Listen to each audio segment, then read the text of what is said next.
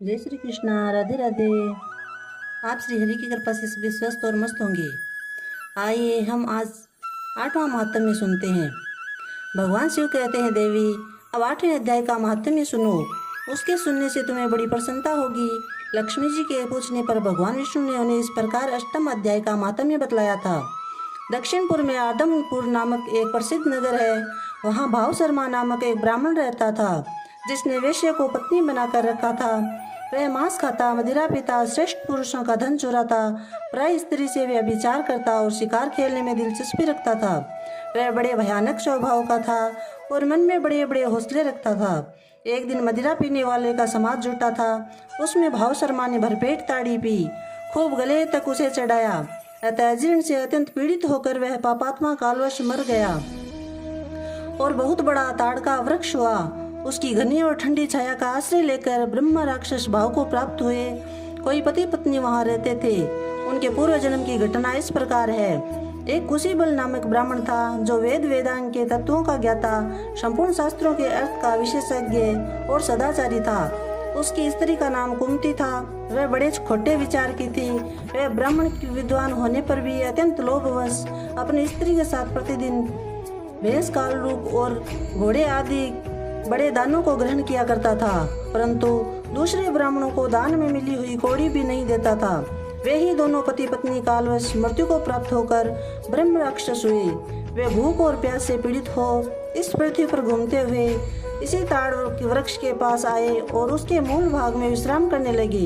इसके बाद पत्नी ने पति से पूछा, हे नाथ, हम लोगों का ये महान दुख कैसे दूर होगा तथा इस ब्रह्म राक्षस योनि से किस प्रकार हम दोनों की मुक्ति होगी।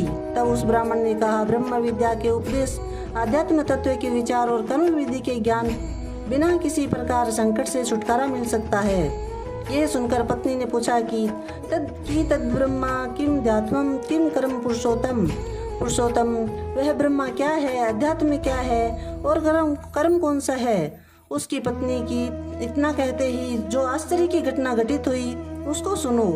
उपयुक्त वाक्य गीता के 8वें अध्याय का आधा श्लोक था। उसके स्मरण से वह वृक्ष उस समय ताड़ के रूप को त्याग कर भाव शर्मा नामक ब्राह्मण हो गया। तत्काल ज्ञान होने से विशुद्ध चित्त होकर वह पाप के चोले से मुक्त हो गया तथा उस आधे श्लोक के ही माध्यम से वे पति पत्नी भी मुक्त हो गए। उनके मुख से देवाती 8वें अध्याय का आधा श्लोक निकल पड़ा था।